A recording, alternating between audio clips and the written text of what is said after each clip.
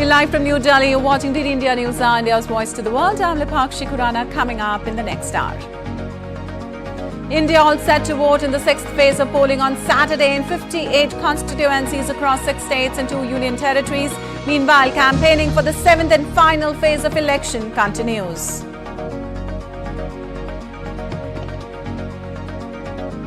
US President Joe Biden says US does not recognize ICC jurisdiction. No equivalence between Israel and Hamas as World Court set to rule on measures over Israel's Rafah operation. US introduces new visa restrictions on Georgia over foreign agent bill. Secretary of State Antony Blinken says time to review bilateral cooperation between the two countries.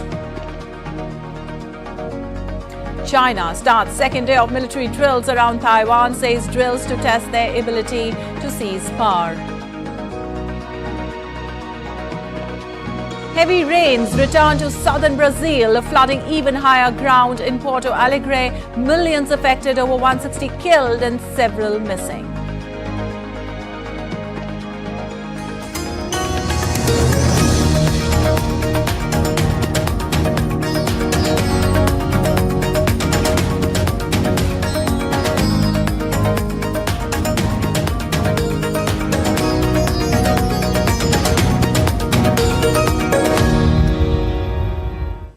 First, we should give you the latest in the world's largest democratic election in India.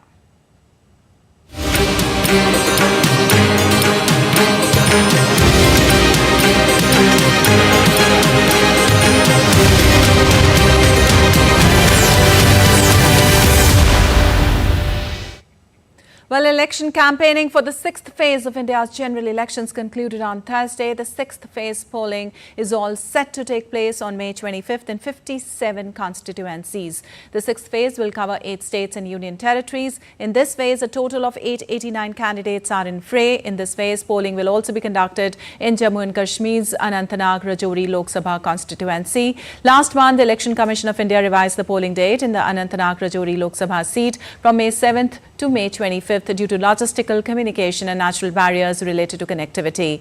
The counting of votes for all polls will be done on the 4th of June.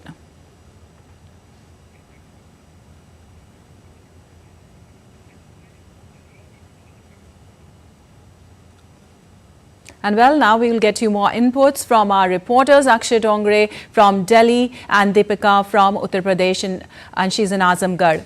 Okay, Akshay, good morning. My first question to you, all set for tomorrow for the 6th phase polls. How prepared is Delhi for the big day? Well, it seems that all the preparations are in order. The dispatch centers will be getting all of the polling officers, micro-observers that will be gathering in different parts of the national capital, from where electronic voting machines along with other required information and briefing will be provided to them. And then perhaps after lunch, the polling officials will be leaving to their respective polling booths in Delhi. Now, Delhi being a metropolitan city, there are not much issues as far as transportation is concerned, because if you look at hilly areas, if you look at difficult terrain, people usually leave for their polling booths, the polling officials, in fact, a day in advance. So that is not a situation with Delhi. The transportation is robust. So the polling officials will be leaving today after lunch, and the polling officials will be setting up their booths today. And there will be a mock run tomorrow morning, early morning, much before the polling starts, a couple of hours at least. And then after that, the polling will begin at 7 a.m. in the morning.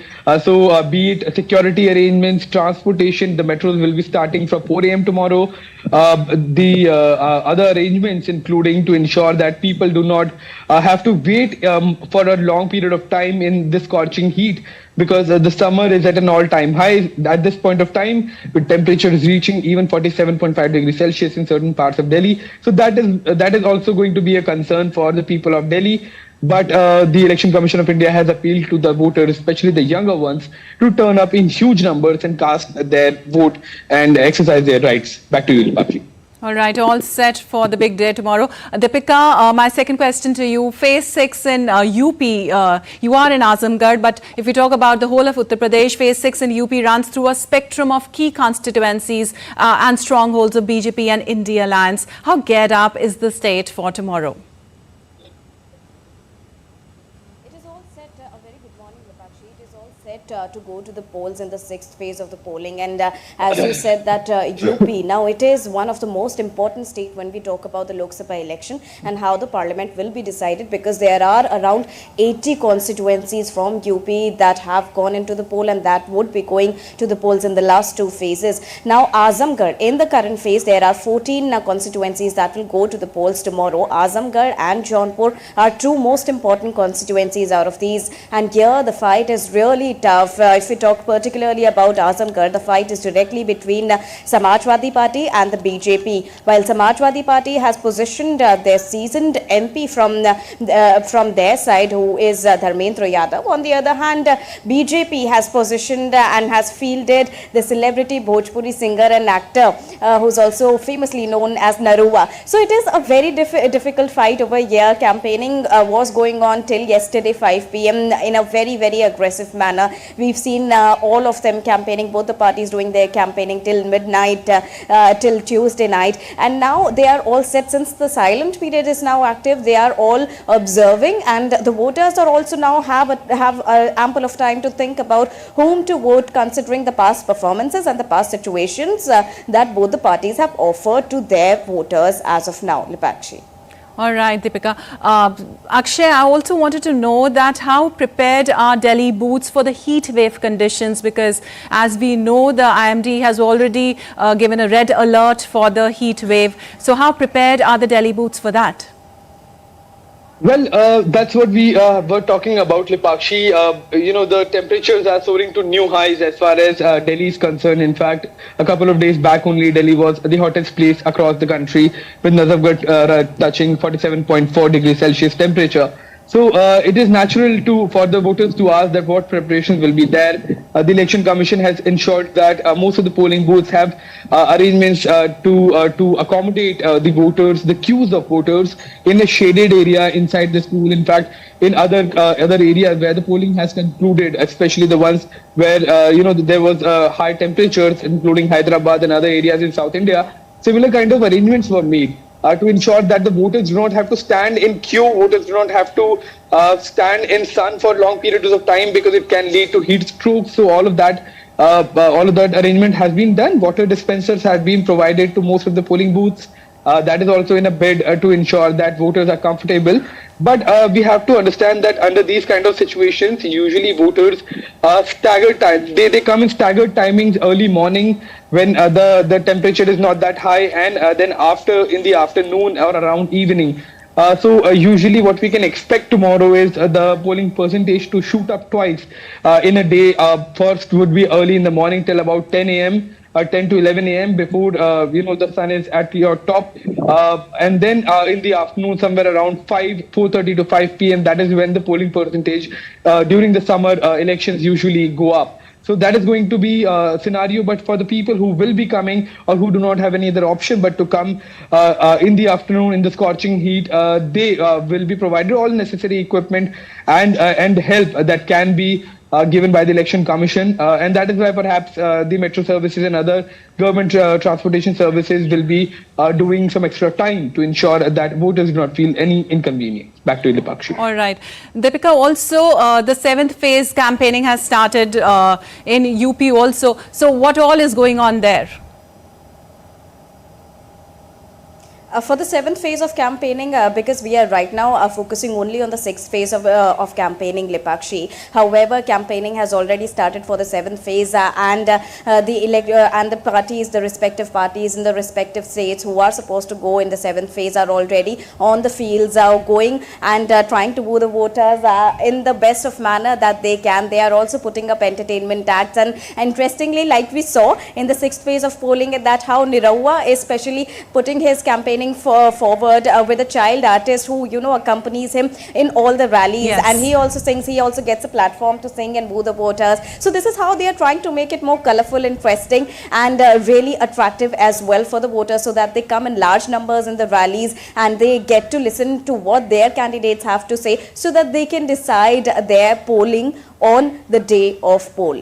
Lipakshi. All right. Thank you, Deepika and Akshay, for all that information from there.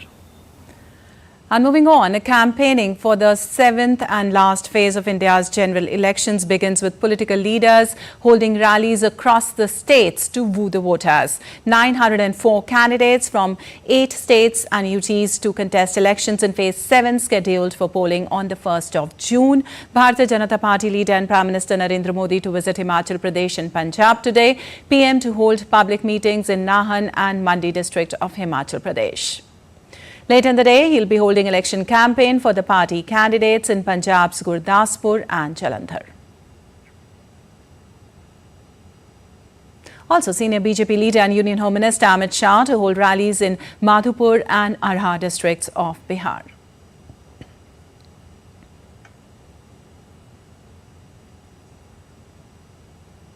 BJP leader and Uttar Pradesh Chief Minister Yogi Adityanath to hold rallies in Deoria, Maharajganj and Gorakhpur district of the state.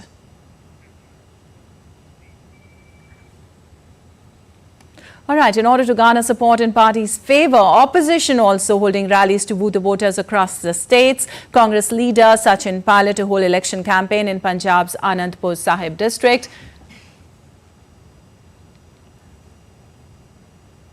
Rashtriya Janata Dal leader Tejaswi Yadav to hold public meeting at Deoghar in Jharkhand.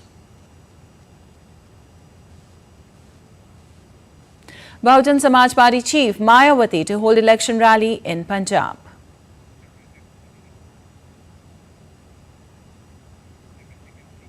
And still to come on DD India News Hour. Seems no respite from scorching heat. IMD issues alerts for North and South Indian states.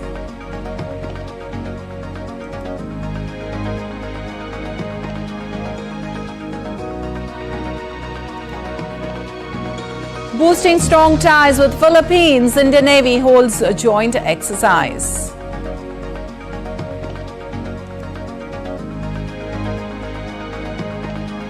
In Swati Maliwal case, Bibhav Kumar's 5-day custody to end today.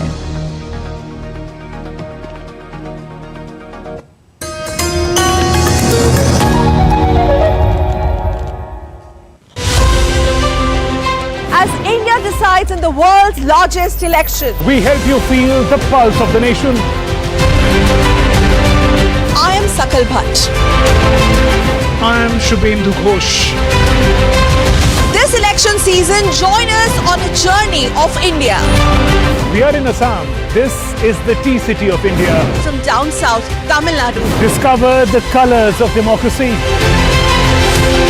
Gateway to northeast of India. Coastal state of Kerala. Watch Poll Pulse on DD India.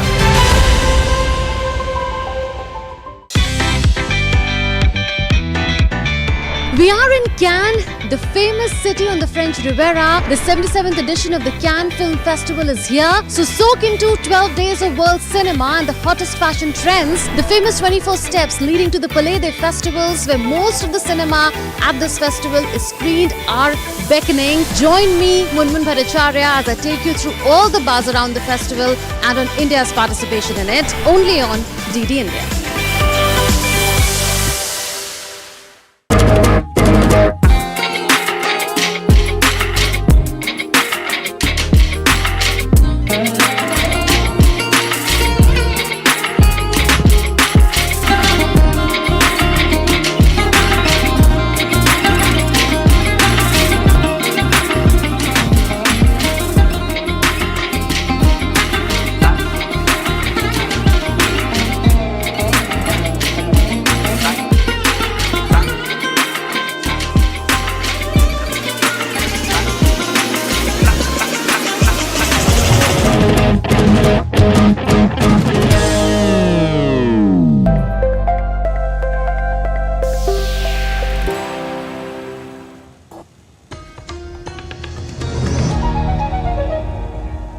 Welcome back. You're watching DD India News. I'm Lipakshi Khurana, and moving on as Haryana prepares to go to polls tomorrow. The issues weighing on people's minds most are related to livelihood. From jobs to the needs of the micro and small scale industry that gives employment to most of the unorganized labour force is what matters most to the voters. Our correspondent Amritpal Singh reports for more.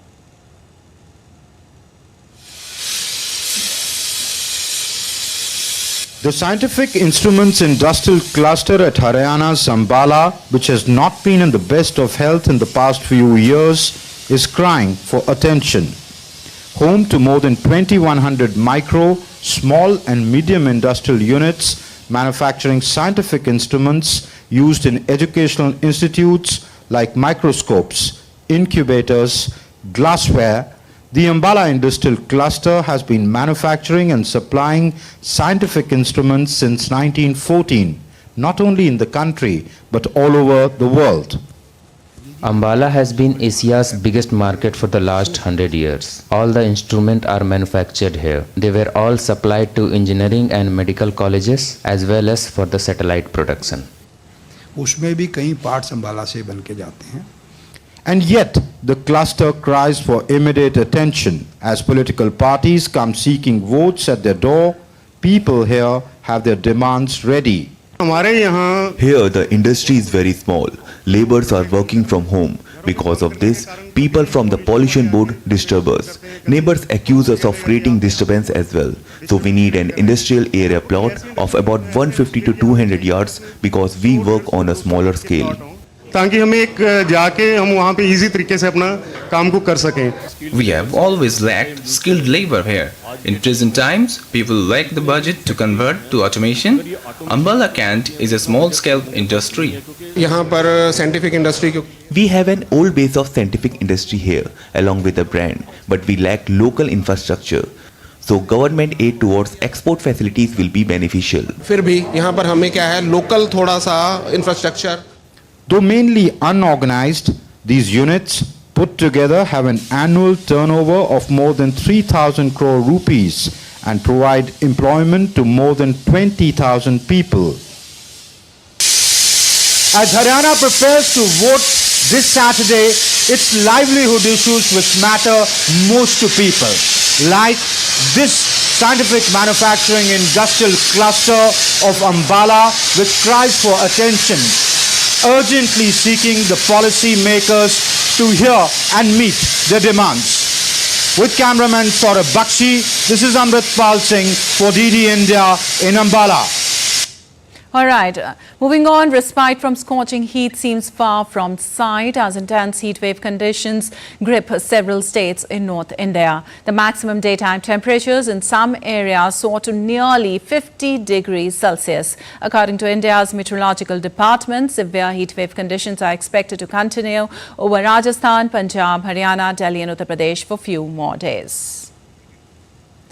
Meanwhile, the weather officials have issued orange alert for 8 districts in southern state of Kerala as heavy rains pounded the state. Houses and major roads in Ernakulam and low-lying areas of Thrissur city were inundated. Apart from these regions, the Met Department also predicted heavy rainfall in northeastern state of Nagaland, Manipur, Mizoram and Tripura on Sunday.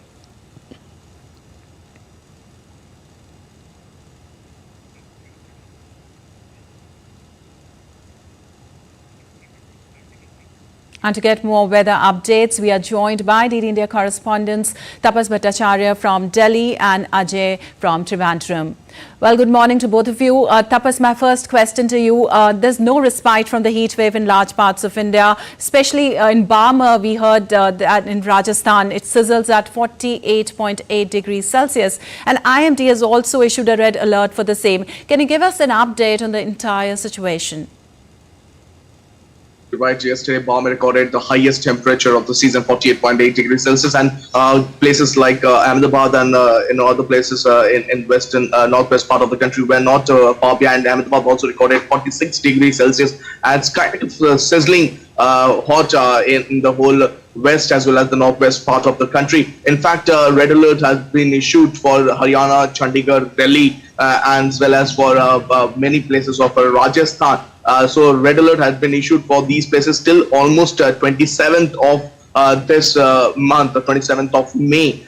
So that's something that we have been told by the Met Department. And also heat wave to severe heat wave conditions. They have already mentioned that it will continue in many parts of Rajasthan till 24th to 28th. And many parts of Punjab, Haryana and Chandigarh till and some isolated pockets of Delhi also in the next few days till 27, 28. So it doesn't look like there will be much of a respite for people in Delhi NCR as well as the nearby areas of Punjab, Haryana as well as from Punjab. So red alert has been issued on to these places. Apart from that, I can tell you that my department has also said that there might be some thunderstorm and lightning warning for places in Uttarakhand and Himachal Pradesh. So one can say that some rainfall activity might happen in these areas, but it's on the in the Himalayan range. The impact might not be felt in the plains of Delhi and NCR. So it's hot, it's humid, and it's going to continue for the next few days till at least 27th and 28th of this May. All right. Okay, my second question to you, Ajay. On the other hand, the IMD has also issued a red alert and orange alert at various places for extremely heavy rainfall in the south. How is the situation there? Actually, here in Kerala, red alert was declared for 2 districts yesterday, but now it's just orange alert for 3 districts in Kerala and yellow alert in another 6 districts. So just as it was mentioned earlier, just 3 weeks before, Kerala was under a heat wave situation. Now it's on the opposite side. On the rain spectrum has started already, and the monsoon is also expected to reach by 31st. But remember, there are 2 low pressure areas that has clearly developed in the Bay of Bengal as well as in the northern coast of Kerala. That means the conditions are all favorable for an earlier onset of monsoon winds as well. So yesterday, the rainfall situation seemed to be quite normal. Although red alert was issued in 2 districts, luckily intense rainfall didn't happen yesterday as far as reports from those regions are concerned. But day before yesterday, it was a severe situation. Almost a mini cloud-based situation happened in districts like Calicut, where in a place called Kundamangalam, which received almost 190 millimeter rainfall in just a span of 5 hours. But because the soil conditions are all dry earlier, and it could hold the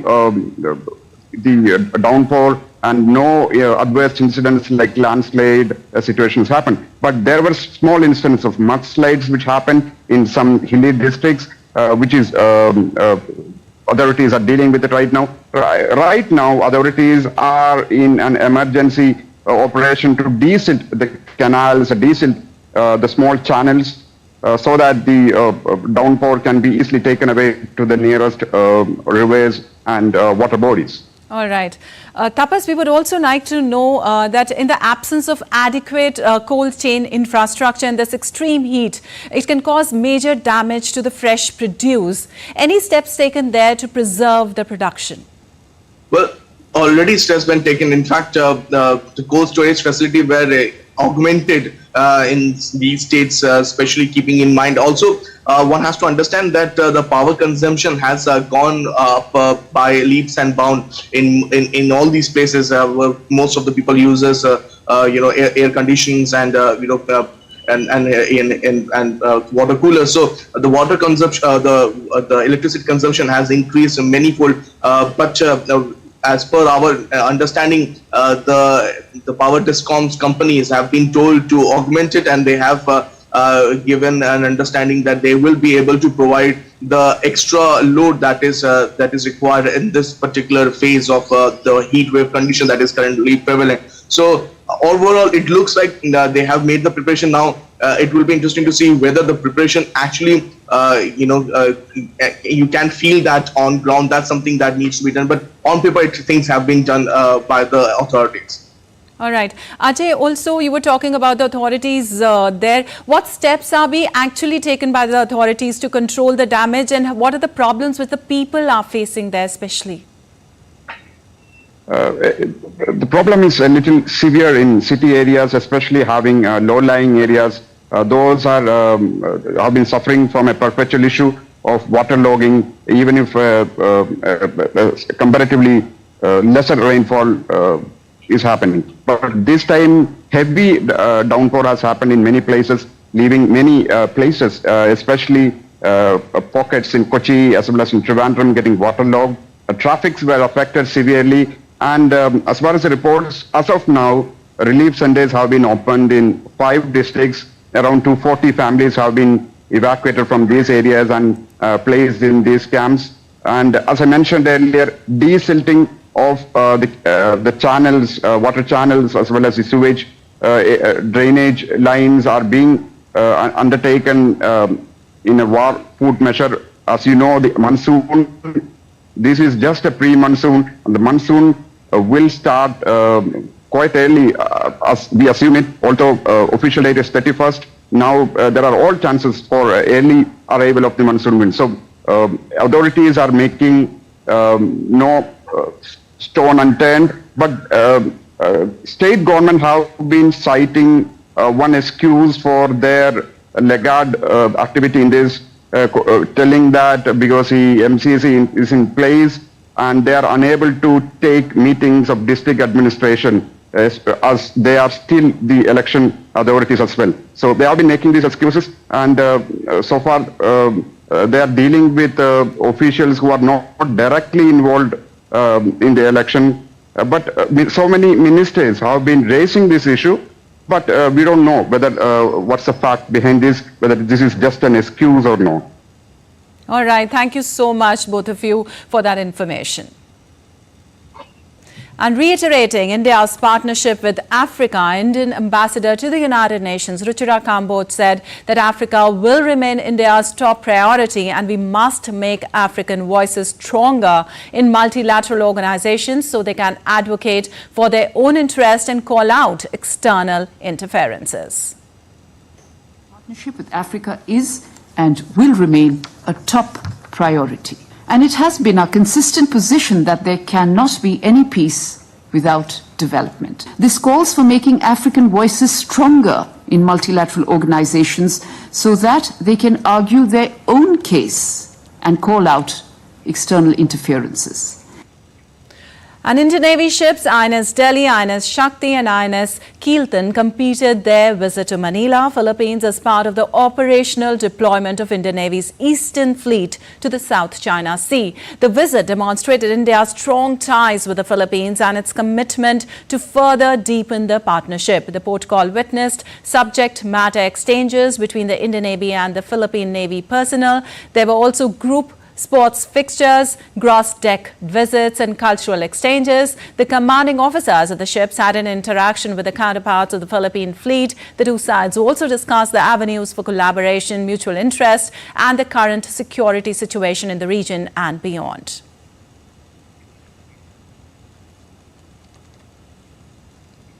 And to get more on this, we have Nandita Dagar joining us on the phone line. Well, Nandita, the port call witnessed subject matter exchanges between the Indian Navy and the Philippine Navy personnel. Can you tell us more about it?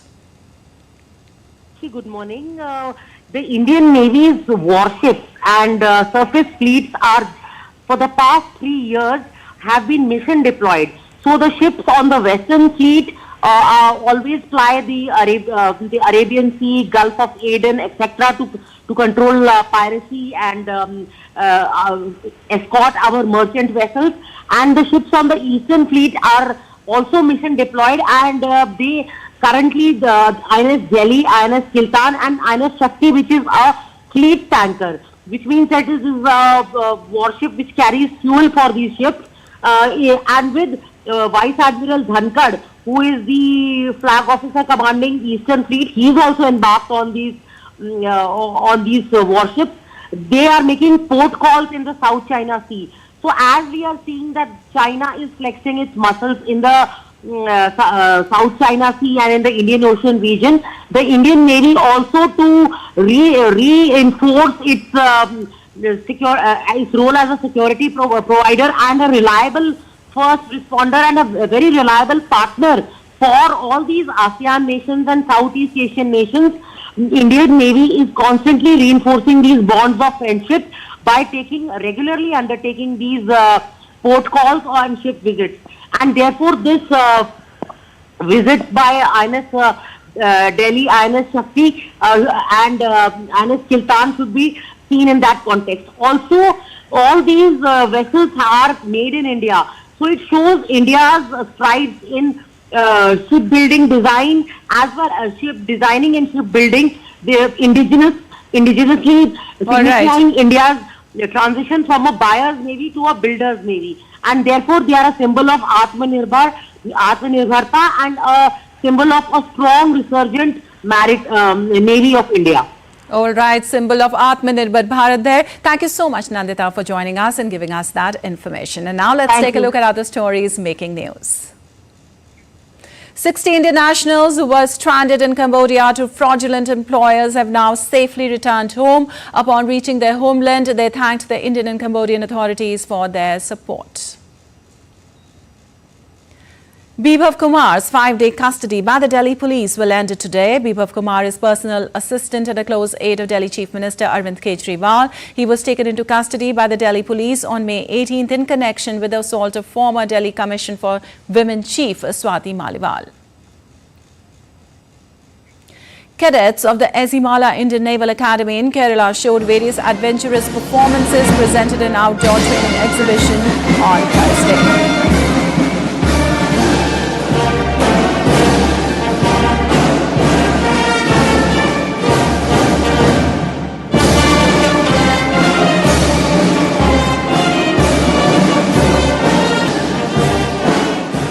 And still to come in DD India News Hour. French President calls for lifting of all barricades erected across New Caledonia. NATO's Northern Group meeting as defense ministers and representatives gathered in Lithuania.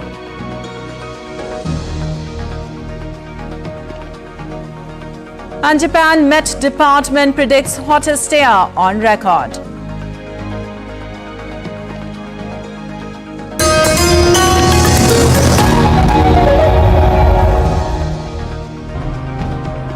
There is enormous power in people's narratives, especially when they tell their own story. We meet some people and communities who tell us how it is done. Anything hazardous to humans is dumped here in North Chennai. We need to tell these stories because we are the ones who are affected by it. Delhi Metro's philosophy is very clear. We want to generate non-conventional energy. Apart from the whatever is supplied by the grid, we want to generate a lot of energy through solar sources. The benefit of running an MRF is that it protects me from the rain and harsh conditions outdoors. Work goes on even in hot weather and during the rainy season. India is one of the climate swing states. We have to get India right to get emissions and to be able to really combat climate change.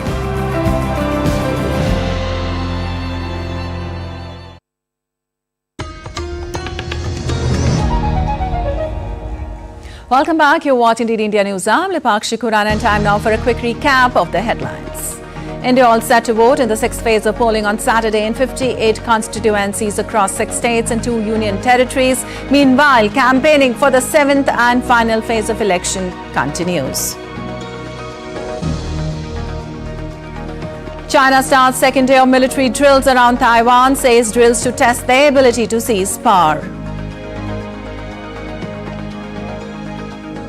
US introduces new visa restrictions on Georgia over foreign agent bill. Secretary of State Antony Blinken says time to review bilateral cooperation between the two countries. Heavy rains return to southern Brazil, flooding even higher ground in Porto Alegre. Millions affected, over 160 killed and several missing. And China's military started its second day of war games around Taiwan on Friday with drills to test their ability to seize power and control key areas. Exercises, it has said, were launched to punish Taiwan's President Lai Ching-te. The 2 days of drill in the Taiwan Strait and around groups of Taiwan-controlled islands near the Chinese coast started just 3 days after Lai took office. The Eastern Theater Command of the Chinese People's Liberation Army said in a brief statement that its forces on Friday continued with their drills dubbed Joint Sword 2024A. The exercises are to test the ability to jointly seize power, launch joint attacks and occupy key areas, it said. And to get more on this, we are now joined by Chris Gilbert from Tokyo. Chris, second day of Chinese drills today around Taiwan, which it claims is as a punishment. How is the situation now? Sorry, can you repeat that question again? Right, the second day of drills can you hear me now? Chris, am I audible to you? Yes, I'm sorry, I had some local disturbance. Can you please continue? Yeah, I was asking that second day of Chinese drills today around Taiwan, which it claims is as a punishment. How is the situation there? Yeah, so it is entering a second day, and obviously it's a very heated situation, with sea and air drills still ongoing. And of course, Taiwan has responded to this situation as well by deploying its own military. And at the moment, the situation is still very much unfolding as it continued to do yesterday. It is a heated situation, of course, and many foreign other countries such as Japan, the United States, at the moment withholding comment as they watch the situation unfold, but no doubt those comments will be coming in the current days, and the responses coming in the current days as well. No doubt this adds more fodder to the arguments led by the United States that it, as well as the Philippines and other neighboring countries, need to prepare for any assertive action by China in the Taiwan Strait, or any actual sparks that may erupt from this. So it is being very closely watched, but also at the same time, there is this front line that the US, Philippines, and supporting countries are building through China, Guam, 4 new military bases in the Philippines, 4 new US military bases in the Philippines currently being developed. So, as well as this being immediately about Taiwan, there is also, as China says in its national security strategy, the feeling of it being somewhat hemmed in by US-led countries that is contributing to the situation. All right. Chris, also, what is the reaction from Taiwan as it has placed its military on high alert in response to the drills, which are described as irrational provocations? Yeah, it has described them as irrational. It's also expressed regret, and the presidential office says, it is regrettable that China is using the military to be provocative. It's added that Taiwan's military units and national security team have, quote, a comprehensive grasp of the situation. But of course, the wider context here is this does come just a few days after Lai Ching-te was sworn in as president. He is being called a separatist by China, and China has also, made comments about the stances of other neighboring countries such as Japan, saying that Japan is not supporting the one China policy at the moment. There have been a couple of flashes with the ambassador from China to Japan making comments about Japan not wanting Japan to drag itself into any conflict, which Tokyo has, fiercely protested, calling it them provocative and unnecessary language. But for now, as I say, these countries are watching the situation develop, and likely there's going to be more responses after the drills conclude at the end of Friday. Thank you so much, Chris, for all that update from Tokyo. And moving on, the United States does not recognize the jurisdiction of the International Criminal Court, and there is no equivalence between Israel and Hamas, U.S. President Joe Biden said on Thursday. International Criminal Court prosecutor Karim Khan requested an arrest warrant against Israeli Prime Minister Benjamin Netanyahu. The United States is not a member of the court, but has supported past prosecutions, including the ICC's decision last year to issue an arrest warrant for Russian President Vladimir Putin over the war in Ukraine.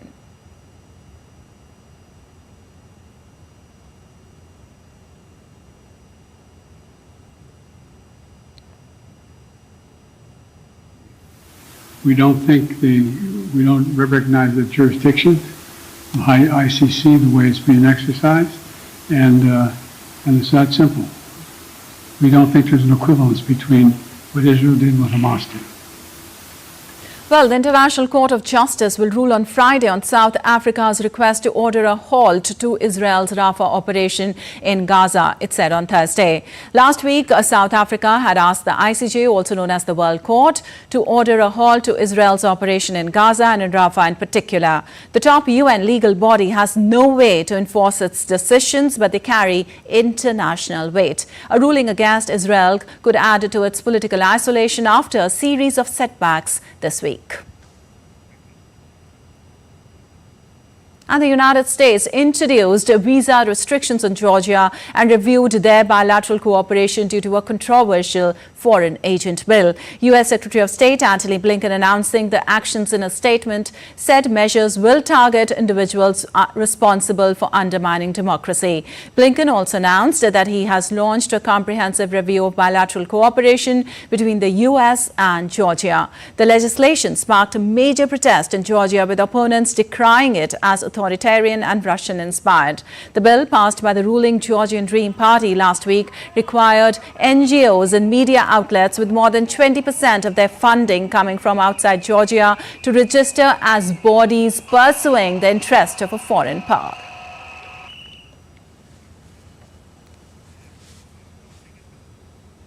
Well, the French president said that the state of emergency imposed in New Caledonia after deadly riots can only be lifted if all the barricades erected across the French Pacific island are removed. Emmanuel Macron also said he does not want to force through the contentious voting reforms that sparked the unrest. DD India correspondent Ross Cullen reports for more.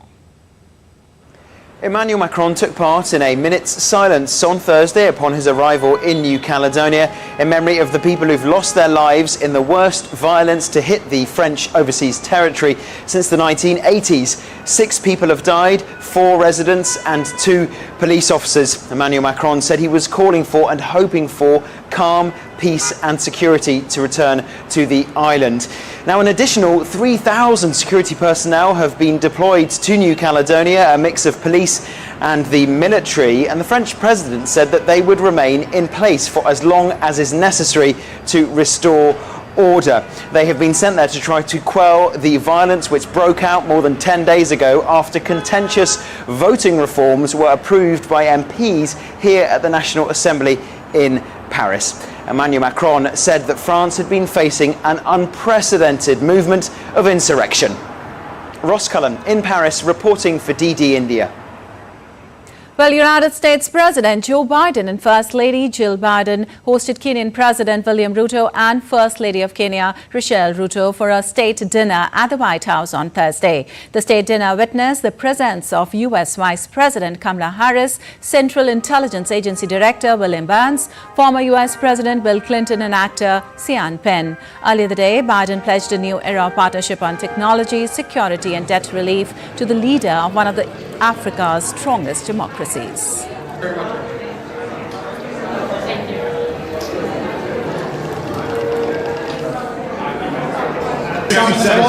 of State of the United States. Thank you. Right here. What are you wearing? You guys look amazing. Right over here. Thank you. Well, moving on, UK Parliament is wrapping up its legislative business as the country's election campaign swings into gear. Prime Minister Rishi Sunak called a snap election for July 4th. DD India's Oli Barrett reports for more from London. Friday is the last day for legislation in this parliamentary session. That's the process called the proroguing of Parliament. So there are various bills that the government is trying to get through before the end of the week, and at that point that is effectively it for the legislative agenda in the House of Commons.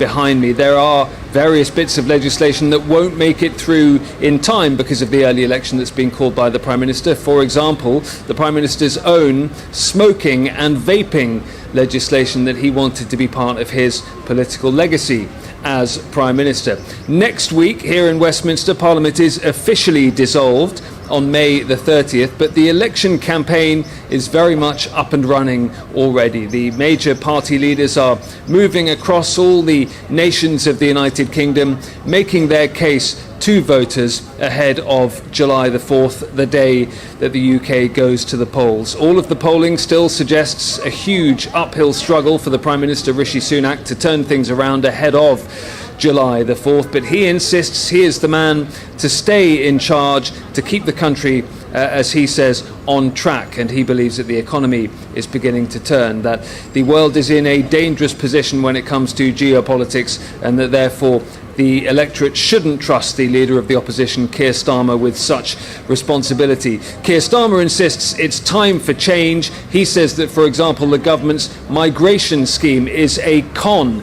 The Prime Minister has admitted that no flights to Rwanda under those anti-immigration plans will get in the air to Rwanda before Election Day on July the 4th. Ollie Barrett in London reporting for DD India. And moving on, more weapon deliveries to Ukraine dominated NATO's Northern Group meeting as defense ministers and representatives gathered in Lithuania on Thursday. The meeting comes as Ukrainian President Volodymyr Zelensky has urged allies to do more for Ukraine's defense. Megumi Lim has more from Kyiv. The NATO Northern Group is made up of 12 European countries: the UK, the Netherlands, Germany, Poland, Denmark, Finland, Iceland, Norway, Sweden, Estonia, Lithuania and Latvia. And the group released a joint statement after their meeting on Thursday that Ukraine's security was of great importance to NATO, reiterating their commitment to Kyiv defending its sovereignty. Lithuanian Defense Minister Laurynas Kasčiūnas said the country will be starting a national drone program to link support to Ukraine. It will finance 10 million euros to buy drones from local drone producers and deliver them to Kyiv. Kasčiūnas also praised Germany's initiative to lead the air defense coalition. Berlin launched this initiative in April to raise funds to get more air defense systems to Ukraine. A number of European countries have backed the initiative, and according to German Foreign Minister Annalena Baerbock, who recently visited Kyiv, nearly €1 billion have been raised so far. Latvia's Defense Minister Andris Spruds also said around €500 million has been secured to provide Ukraine with more drones. The meeting comes amid intensified Russian strikes against Ukrainian cities. Recent attacks by Moscow has destroyed about half of Ukraine's energy generating capacity, forcing Kyiv to implement rolling blackouts nationwide. Regions bordering Russia, such as Kharkiv, has also been coming under relentless bombardment. The latest attack on Thursday killed at least 7 people and injuring more than a dozen. President Zelensky has urged Ukraine's Western allies to become more involved in its defense by intercepting Russian missiles. Megumi Lim in Kyiv reporting for DD India.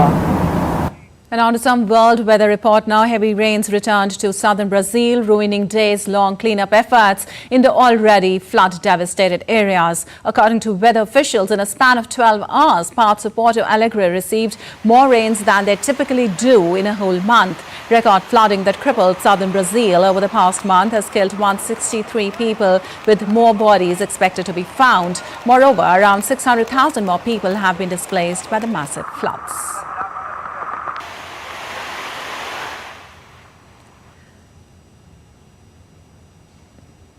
And Japan is taking emergency steps to keep people safe from heat stroke this summer.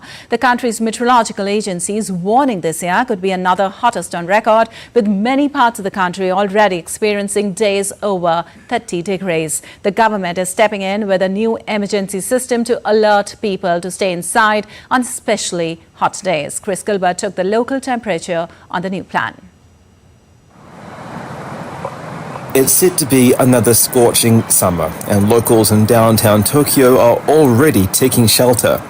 The government is set to provide more relief, emergency measures to create more cool spaces when there's a severe risk of heat stroke, which is particularly dangerous to Japan's growing population of older people. Over 65-year-olds made up 90% of Tokyo's heat stroke-related deaths last year. You can feel something is wrong and getting worse every year. We are struggling to cope with climate change, and heat stroke is a huge threat. I think we would notice the danger before the government issues an alert. We are already mindful of it. Children and older people can't go outside as freely anymore. More elderly people will probably be hospitalized this year. It's hard to prepare and respond to these unprecedented conditions. The new plan will trigger the Environment Ministry to send out alerts to local governments on days when there's a high risk of heat stroke. Schools and companies will be prompted to take measures such as cancelling outdoor events and sports days.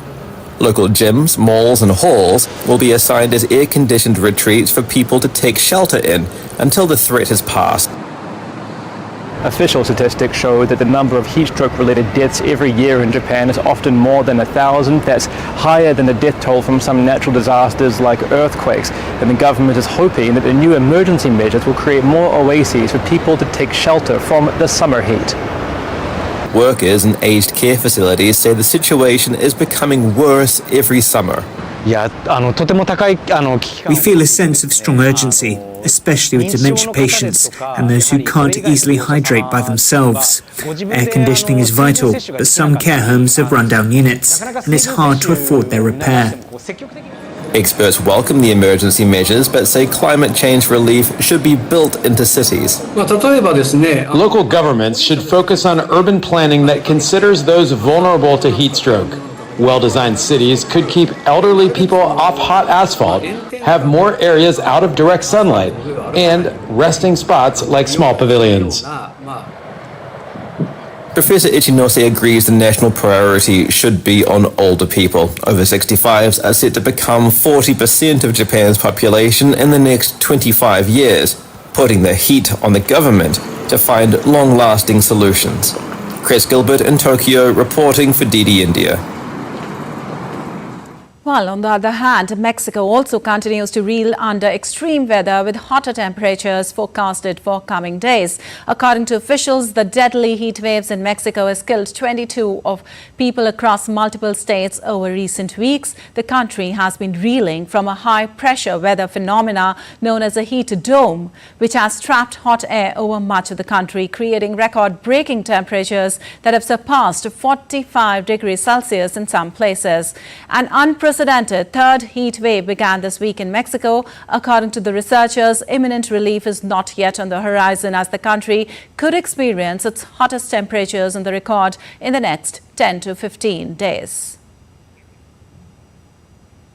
And you're watching DD India News Hour. Time now for some sports news.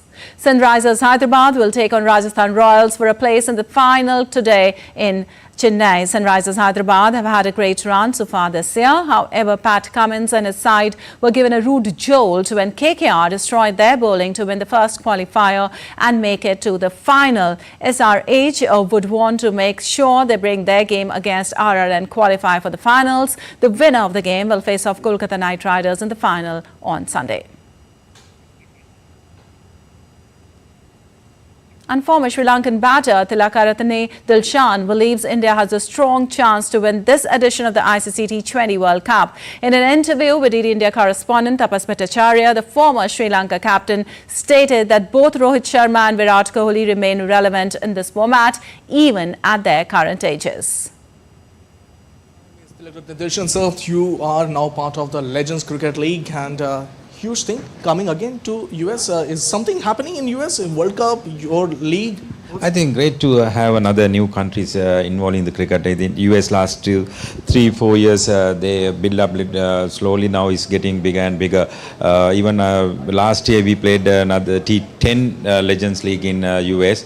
That's a great tournament. It's really nice to back in track and playing with the past cricketers in the field. I'm waiting for this US Texas in August. Right, and also the World Cup is happening there. You have seen a lot of Indian players. You have played with some of them. Just share your opinion.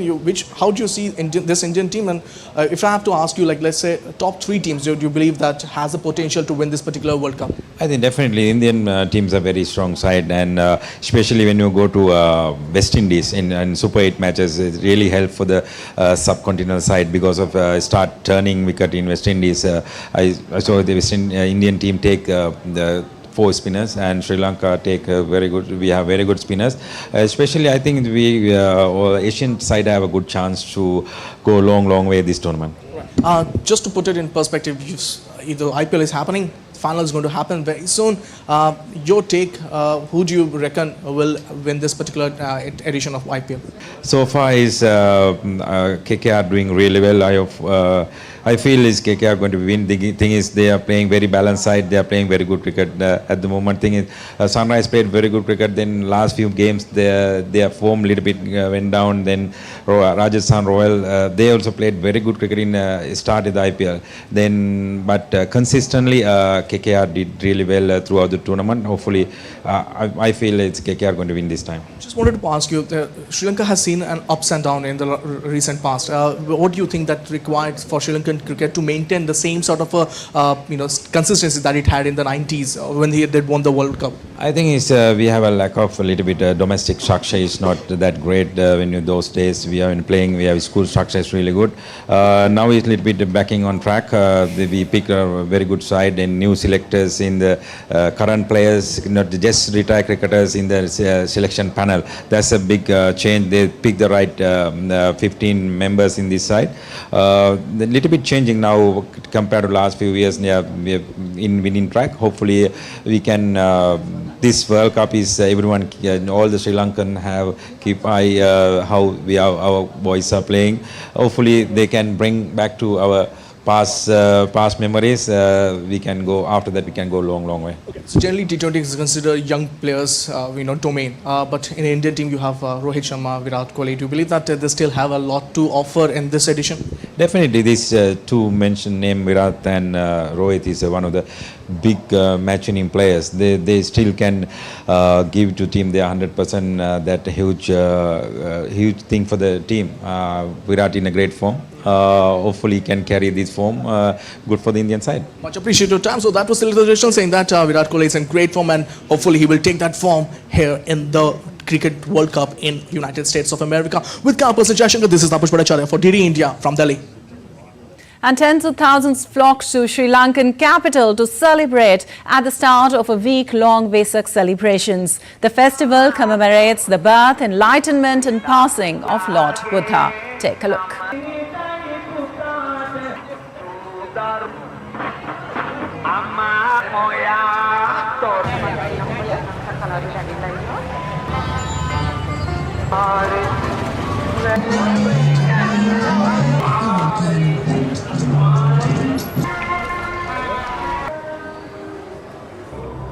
All right, that's all for this edition of DD India News Hour. But let us know your thoughts on the news of the day. For those on the go, you can get all the latest news and updates from India and across the world on the DD India mobile app. The app is available on both Android and iOS platforms. Scan the QR code on the screen to download now. We'll be back with more news as it breaks here on DD India. I'm Lipakshi Khurana from all of us here in Delhi. Thanks for watching DD India News Hour.